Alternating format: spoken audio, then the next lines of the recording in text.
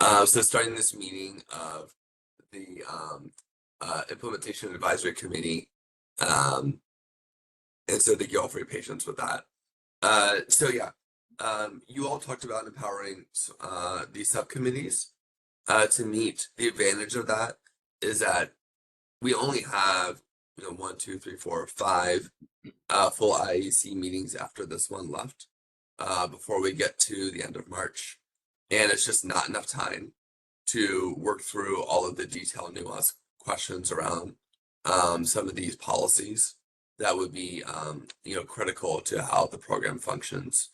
So the subcommittees allows you all to work through that. Some of those, like, kind of to do a deep dive on some of these policy matters, and then be able to do that simultaneously with the full IAC meetings. And so that way we can accomplish that work in a tighter timeline too. The full IAC would be in conversation with the subcommittee. And so there would be like report backs and a chance for all the members to engage in these policies. But the subcommittees would have decision-making authority, which allows them to do things like make recommendations and make decisions, even decisions about like what to research or what kind of information to prioritize or what trends to talk about. So the idea is giving subcommittees the decision-making authority allows for the work to move much faster. The other side of the coin, though, is that if they make any decision whatsoever, they become a public body. And if they're a public body, that means they have to meet in accordance with public meeting law, which means those meetings have to be noticed in advance. The public has to have the ability to join the meetings.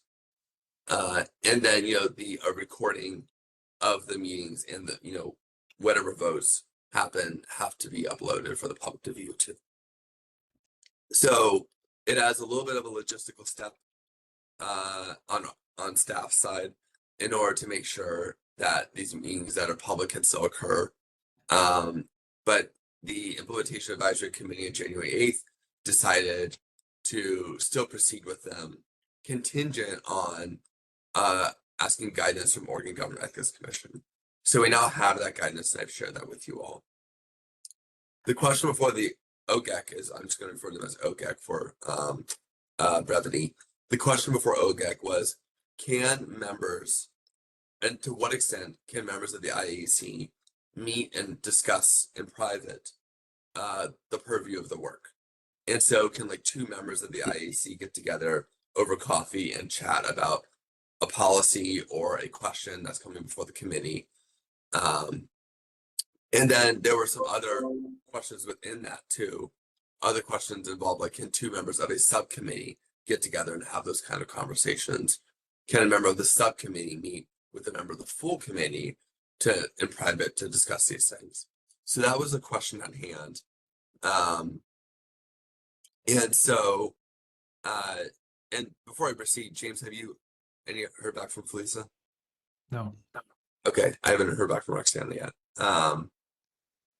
So that's catching everyone up to speed about where we were. Oregon Government Ethics Commission, very helpful. We're happy to always work with us to provide guidance. If you all have any kind of questions like these, please pass them on. I'm happy to get that advice from the experts here. What OGEC says is that members of the full committee, if 2 or 3 members, as long as they are less than a quorum, want to meet, they can, but they have to be careful about it. So they can meet and they can talk about work related to the committee, but they have to make sure they keep the conversations between them. Because if, for instance, Terrence and James were to meet and talk about something over coffee, that's fine. But then if, James also tells Beth and Marshall and Kari and Felisa, then suddenly 6 members are involved in the deliberations, and now we've passed the quorum. And so, and that's where we kind of get into some dicey area too. So if 2 or 3 members or less than a quorum wants to meet for the full IAC, they can, but they just have to make sure they keep the conversation between them. And just to be clear, James could talk to every member of the committee as long as it's not passing information from one person to another. Hey, Marshall, Terrence said is the problem, right? That's the serial communication, right? I think you have to be extremely careful about any time when like one member is like kind of the the link between a bunch of other members too. And so especially if you're like if you are reporting like what you said about, Terrence said this, so Kari, I'm gonna relay this, that's a problem. Because that is a deliberation and now Kari knows what Terrence is thinking too. Um, but even if it's outside of that, if James is like, let's talk to, every single person here about the contribution limits, that gets into some questionable territory too. Because what information is, I'm just using this as an example too, sorry to pick on you, James. But uh in this case, like James is conveying the same message to every single person, and the committee is arriving at some conclusion. Even if Kari, you don't know what Terrence thinks about contribution limits, if you're walking away from the conversation with James with the same understanding that Terrence is, then the full committee is coming away with a similar understanding that they made outside of a public meeting too. And that's my understanding, although of course like we can always like follow up with specific questions too. The other thing is that the subcommittee was the other question is like if there's this, most of the subcommittees are 2 members, but there's one of them that's a 3-member subcommittee. And we might actually have another 3-member subcommittee once this 10th member is added back in.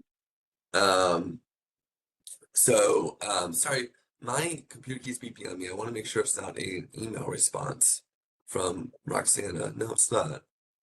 I wonder what that's about.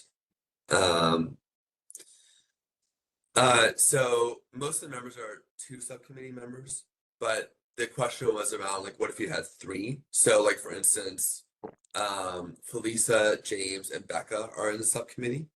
And if Felisa and Becca got together and had a conversation about something in the subcommittee's purview, but James was not part of that conversation, and it was a private conversation over like dinner, that would be an issue because that is the quorum of the subcommittee. So at that point, the quorum of the subcommittee has gotten together and has made a decision or a deliberation, and that is a problem. So if the subcommittee members do meet, it's really important that those conversations be in the public space. But what I would say is like, especially about subcommittee business. Yeah. About committee business. Like if you're talking about college football. Right. Totally. Absolutely. If you want to get together, talk about things related to this committee that are not part of our subcommittee, right? Right. And to make the point that you made so eloquently last time, Kari, it's like being on a subcommittee with someone means I could talk to every other member of the committee about that like issue, just not the other members of the subcommittee who I'm supposed to be working on it with. Well, and you have to be careful not to reach quorum in a specific Right. example. No, but like I could have private individual conversations with anyone else on the committee besides the people. If I want to think about in kinds and I'm trying to like flesh out my idea of how in kind contributions are going to work, I could talk to anyone else except for the people who I'm assigned to work on the issue of in kinds with, because we need to be a public meeting. Well, you can certainly talk about those conversations with members of your subcommittee, but that has to be a public meeting. Right. Only right. I can't have informal conversations only at the specified times. Right. Yeah. Yeah. A subcommittee member can meet with a full committee member who's not on that subcommittee and can talk about those things too. Right. So it does allow for that communication. But for instance, if there's a 2-member subcommittee, like I think, Kari and Marshall are on a 2-member subcommittee. If they want to meet more often and talk about, the issues in their purview of their subcommittee, we can just schedule more meetings too. So, that's what we have. There are ways, we have flexibility in our schedule, and I'm always more than happy to get more meetings in, so you all can talk at greater length. What's the advance notice requirement? It's just actually there's not a specific time. It just says a reasonable notice must be given. There are exceptions for like emergency meetings, or special meetings. I think those have to be, special meetings have to be 24 hours. But generally, a meeting like this, there's not actually a specific hour, enumeration. It just has to be, reasonable amount of time.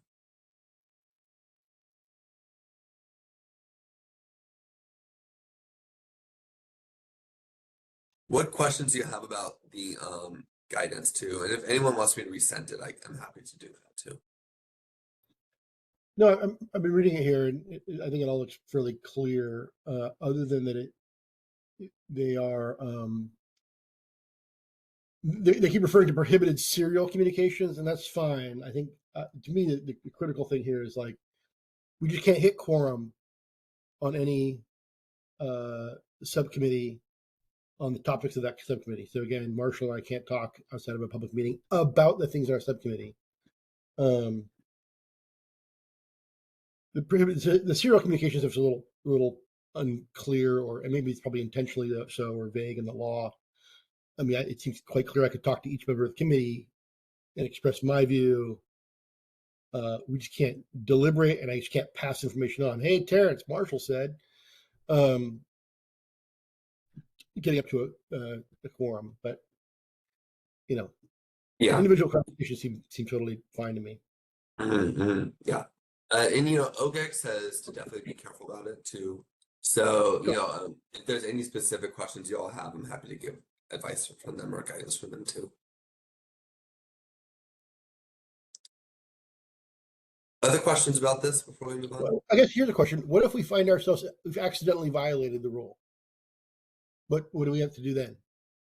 That's a really good question. I actually will have to find out. We have to disclose it? Is there going to be a fine? Like, Yep, that is a great question. Coming to my house, like, tell me what's going to happen next. Yeah, and totally. Yeah, that is something I can look into. Let's see, Becca, Joan, Lisa. Okay. Let's take a note of that. What happens if we? Okay. Well, so moving on, unless there's anything else to talk about on this. Unfortunately, it looks like we're not hearing back from Roxanne and Felisa. We're so close to quorum, but we're just one short, unfortunately. So it does kind of constrain what we can do.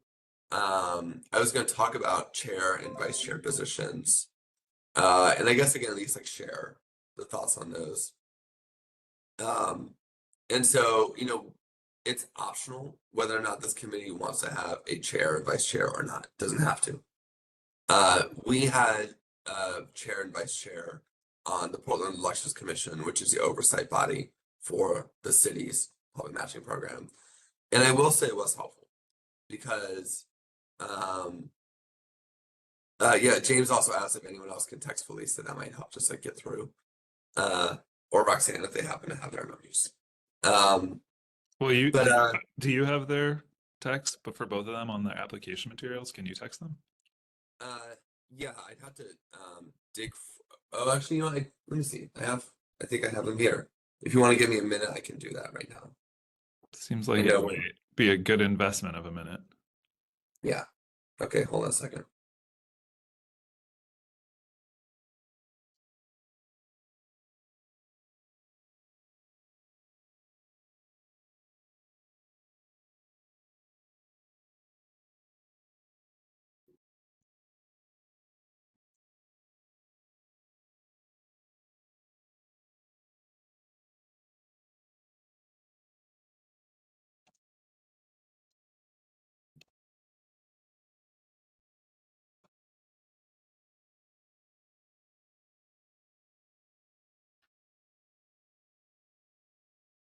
Right, bear with me 1 second. Sorry, y'all. Let's see if we can find contact information.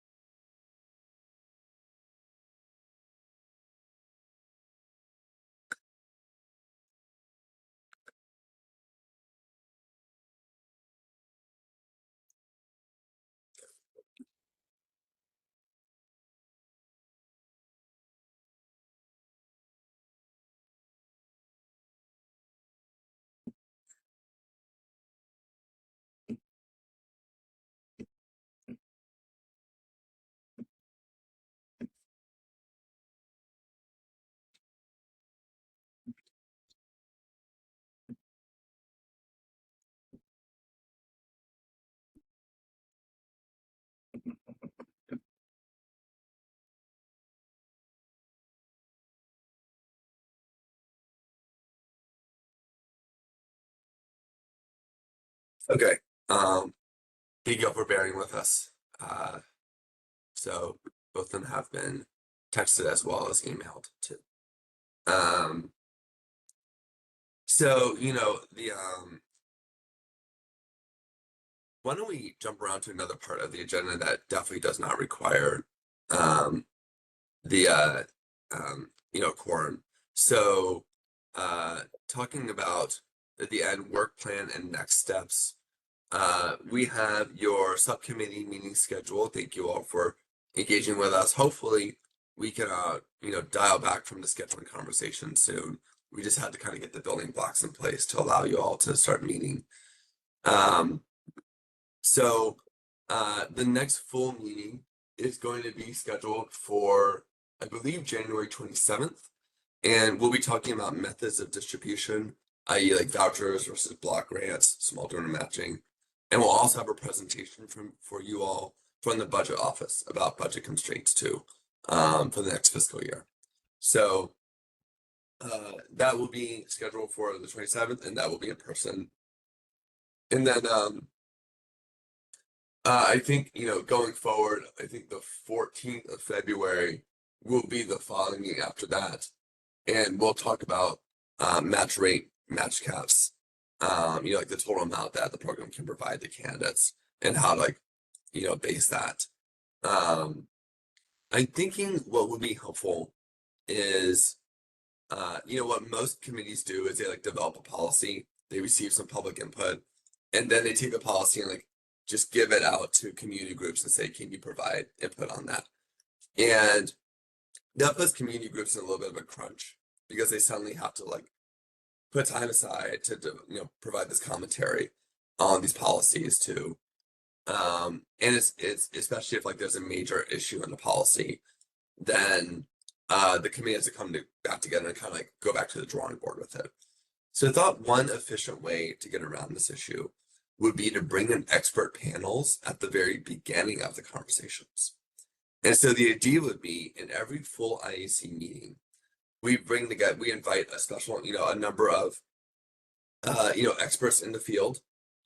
So maybe they'd be 3 or 4 candidates who ran under small donor matching before, or they may be people who have been treasurers and understand the reporting requirements of small donor matching programs. Or they be organizations, or candidate training schools. And of course, these meetings are open to the public, and we can take public commentary, but these would be particularly invited panels that would come in and give their guidance ahead of time. So for instance, if several candidates came in who ran under small donor matching, they might meet at the very beginning of the process and say, here's what we found to be true when we ran under these programs. Here's some things to keep in mind.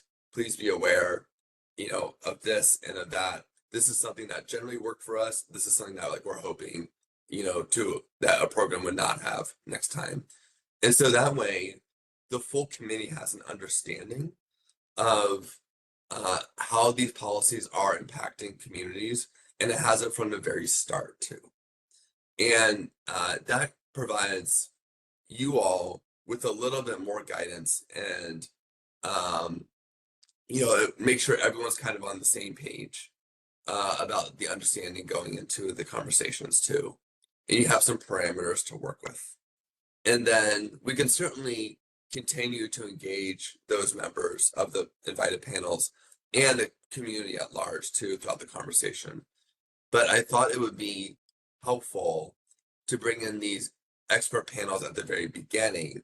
So, and make sure everyone's, we're kind of working with the same information from the start until waiting until after the policy is developed. What do you all think about that?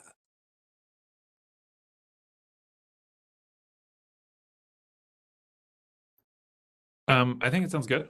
I mean, we have such a limited amount of time, and if we're only able to deliberate with, as kind of a quorum group, then it's unclear to me how we're going to have enough time to both get that deep a wealth of information from experts, but also have enough time to do the deliberation and discussion that we'll need to do that will be limited only to those sessions.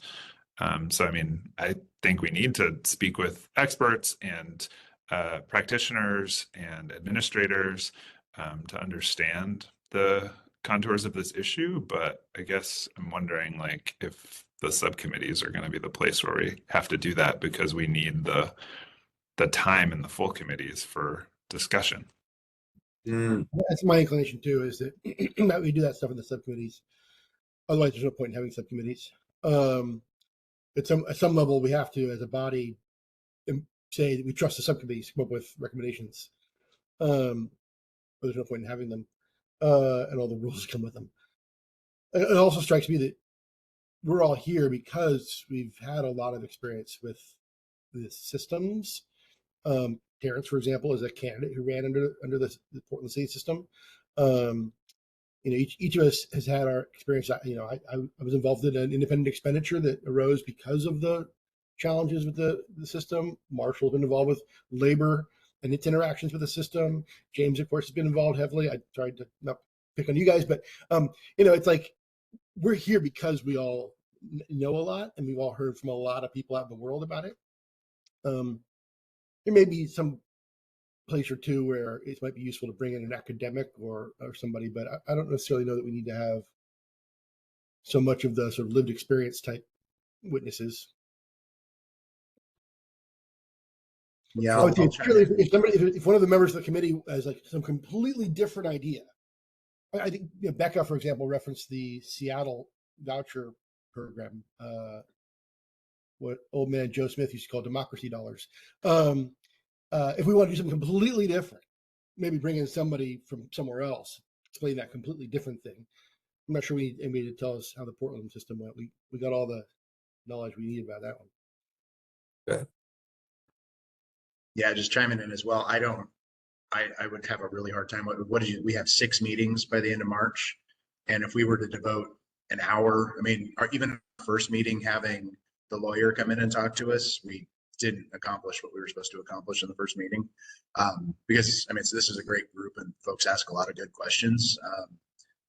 I think we need to leave that to the subcommittees if they need additional information, ask for some of these industry experts to come in. But otherwise, I don't see us getting through these issues in 6 meetings or not even getting close to that if we had somebody come in and speak for an hour at every meeting. Our meetings are only 2 hours long. There's no way that works in the time frame that we have. Or even individual fact finding. Like if I call up some professor, in the East Coast and talk to him for 2 hours about whatever nerdy concerns I have, I can come back to Marshall, our subcommittee, and be like, all right, here's what I heard in our public meeting. Yeah. Okay, I get that. I think the question then becomes like there are some issues that we have subcommittees dedicated to, but there's some issues that are just for the full IAC. There aren't enough subcommittees for every single issue. And some things might be like, enough that the full IAC could take them on.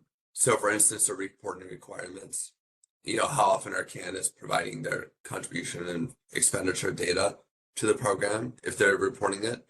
That we don't have a subcommittee for that. We just have the full IAC taking it on. I think it could take it on within one meeting. That shouldn't be like a too deeply involved conversation, but that's something where like we can't delegate that to a subcommittee. That does have to be a full IAC conversation too. Daniel, it occurs to me that we do have one very good resource here available to us, and that is you. You're doing this full time, right? This is your full time gig. Yes. And so definitely. I think on a lot of these things, for example, reporting requirements, we could just say to you, all right, come back to us with some research and come back to us with what are the relevant issues. Like these are the settled issues in this space. These are the ones where you have some choices. These are the typical choices you have, the pros and cons of each, and like give it to us in a written document that we all then study ahead of a meeting, and then we come in and deliberate it and decide. And I think that's obviously, again, and you have the experience. You're here for a reason. I'm inclined to sort of like put some trust in your hands too. James. Yeah, I really like that. Thanks for making that point, Kari. I mean, I guess what I didn't understand from our first meeting, which are the key issues that we need to have completed by March. I feel like it's like how expensive the program is, so that we're picturing, so that they can use it as input into the budget. I thought I had turned the little, anyway, stop making hand gestures. But and also the kind of structure of the government, structure of the system, like which type of public funding system we're going to be recommending. I know that those are two of the things that are like absolutely needed as soon as possible. And I wonder if you could present or prepare a document of like what you see as the areas that we either have to per our charge or should per your experience make recommendations on, and then also other things that we're not required to but could, when thinking about a public funding program, make recommendations on. I would love to see that kind of document. Just what are we aimed at for March, and what are we aimed at but not necessarily have to do by March, and then we can kind of organize and prioritize our work around that. And then, like Kari said, I do think it would be helpful. I think that first document, I'm hoping that you could put together relatively, quickly, but then a kind of like longer term assignment for you, or maybe we do it in stages, is, you say, okay, within this area, here are kind of the big choice points. And of course, as a committee, we can decide to amend or ignore, or change what you present, but like at least having a document that shows like, okay, so we need to make some decisions on these things, and here are typically kind of the big either options or decisions that we have within that area. I think that would help me at least think about like how to schedule our work, given that we have such a compressed timeline. Yeah, I think I did distribute that to you all. Is a document I think I sent around last time. And it's called IAC and subcommittees. We don't have a lot of time to go into detail about it, but I'll just show you what it looks like on my screen.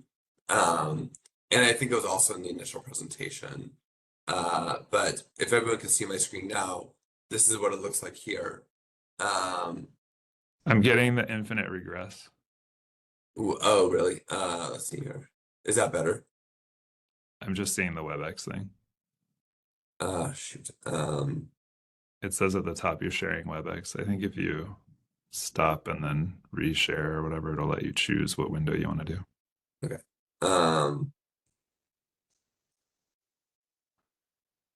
Maybe it's here.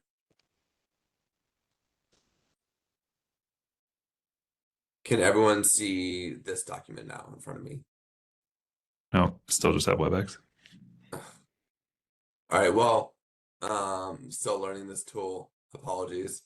I'll just send it around after, but so there is a document before that has all the issues broken down by what the full AAC takes on, what the subcommittees take on. And then I'll reshare the presentation I gave on December 17th that has like a timeline in it that breaks down like, what are the key decisions that really have to be made too. And there's more that you all need from that, by all means, feel free to ask me. I'm happy to put that together for you. Okay, so I think I want to be careful, like to clarify that because we don't have quorum today. This is not a decision. I've just asked you all for advice on what I should be doing as a staff member. But I think it sounds like we're not really sure if expert panels would be helpful. Some like logistical challenges to it given the compressed time frame. And there's other ways that we can like secure that information ahead of time, including through me or through your own personal conversations with community members and experts too. So I'm hearing that. Is the final deliverable here sort of the answers to the questions? And there was a PowerPoint at one point here that was like, here are the key questions. is it the answers to those questions, or are we going to actually be crafting the actual language of an ordinance that will be proposed to the county commission for them to deliberate over? Or something in between, a policy statement that then someone else will craft ordinance language around?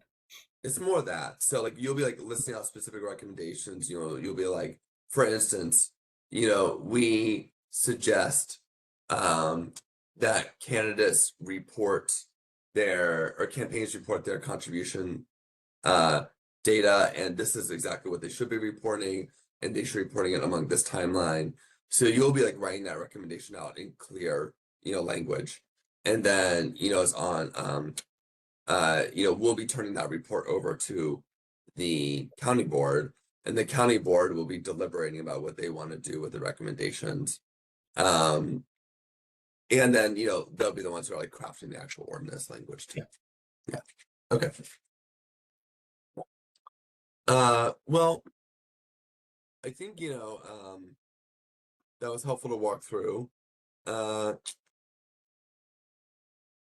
I think I guess we'll hold off on the value statement because we don't have enough people here, unfortunately. But I sent around a draft value statement.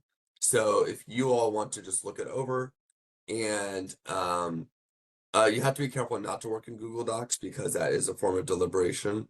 That I understand that, that was, as a group, but you could certainly do it individually.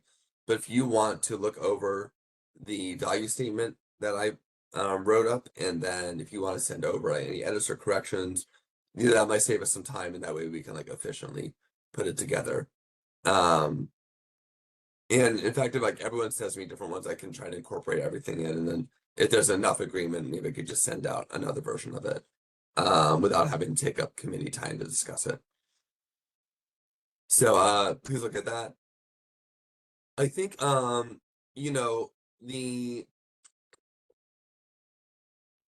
so I guess we could do this another time, but I'm thinking it would be helpful for the committee to have a chair and vice chair.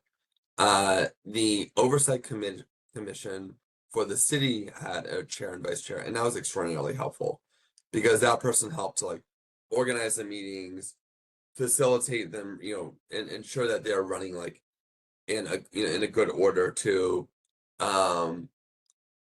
They could represent the committee in conversations with the commission, or sorry, with the county board, and they could play a kind of an authority role in just like being a link between the board and you all, and also keeping the meetings like running in good order, and helping reach out to members and ensuring that they are like engaged and involved too.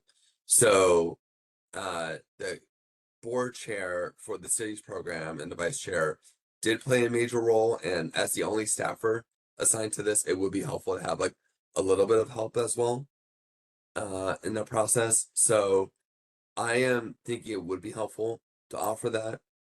You all don't have enough. That is a decision though for you all to make, and you all don't have enough people here to make that decision, unfortunately.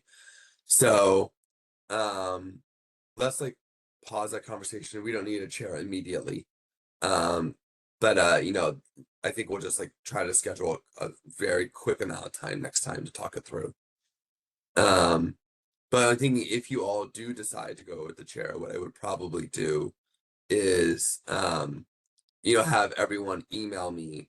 If you want to run for chair or vice chair, everyone emails me directly, a sentence or two about why they would want this position and what they feel qualifies them for it.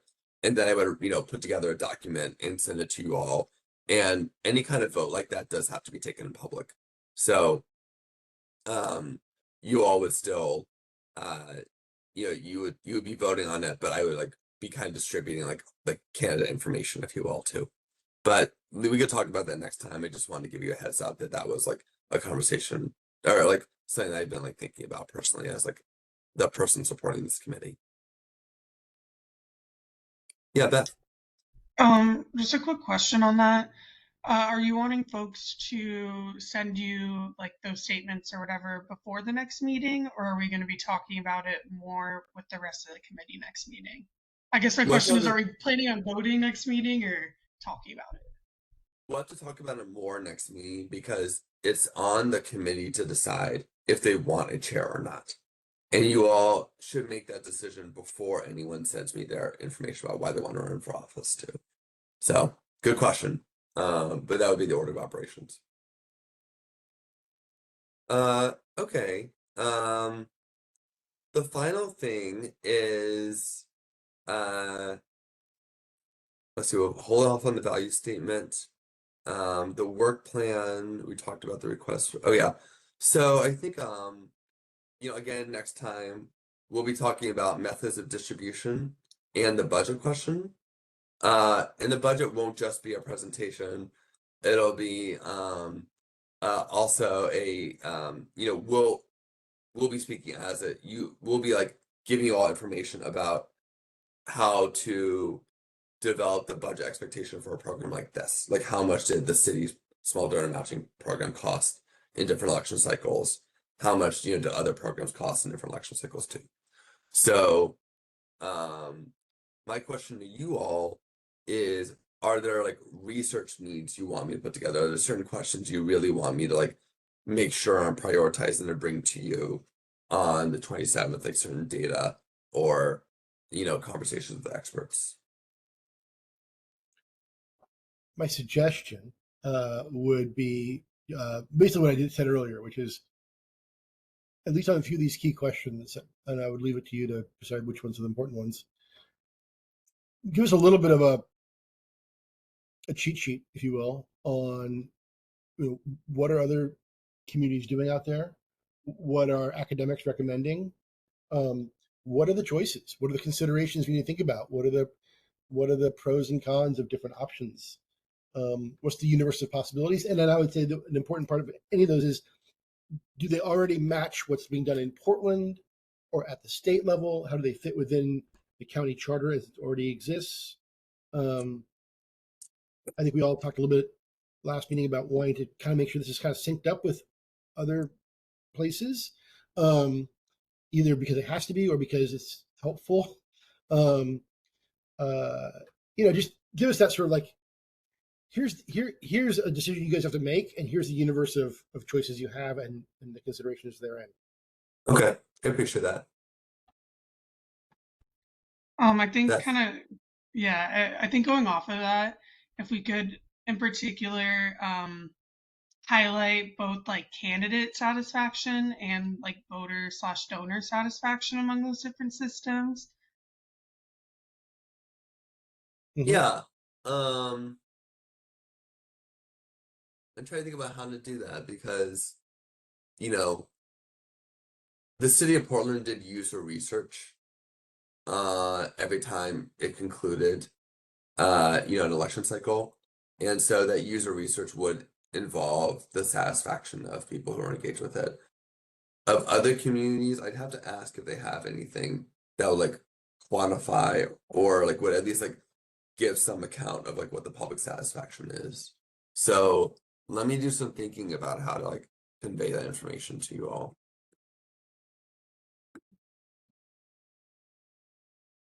It looks like Beth froze. Hopefully that was the end of her question.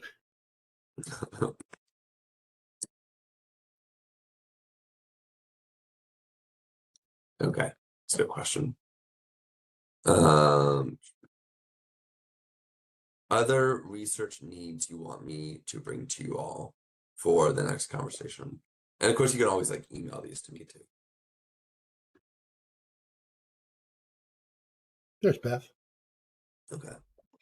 Sorry, my Wi-Fi is not always the best. I wasn't That's sure good. where I cut out.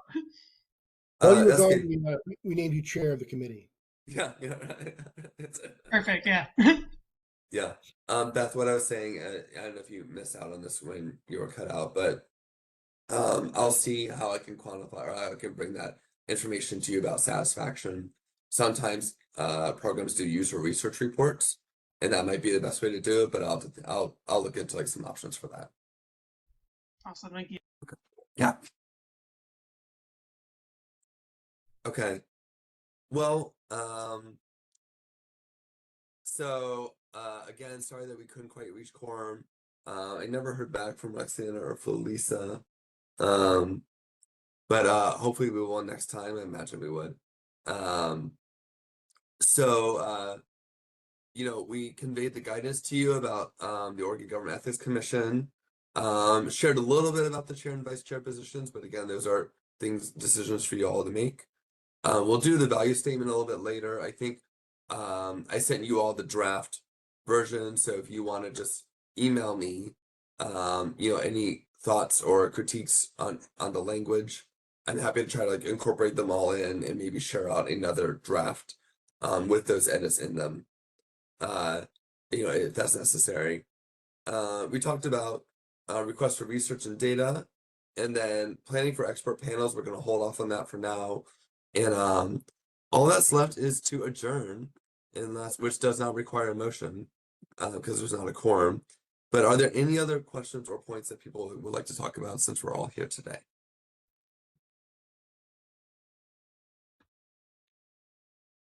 Okay. Well, thank you all for a very quick meeting. I really appreciate it. And, you know, look forward to your subcommittee meetings. First one starts today, and then we'll have some next week. And then we'll see you all again on January 27th in person at the Multnomah Building. So, One last question. What's the status of filling one vacant spot?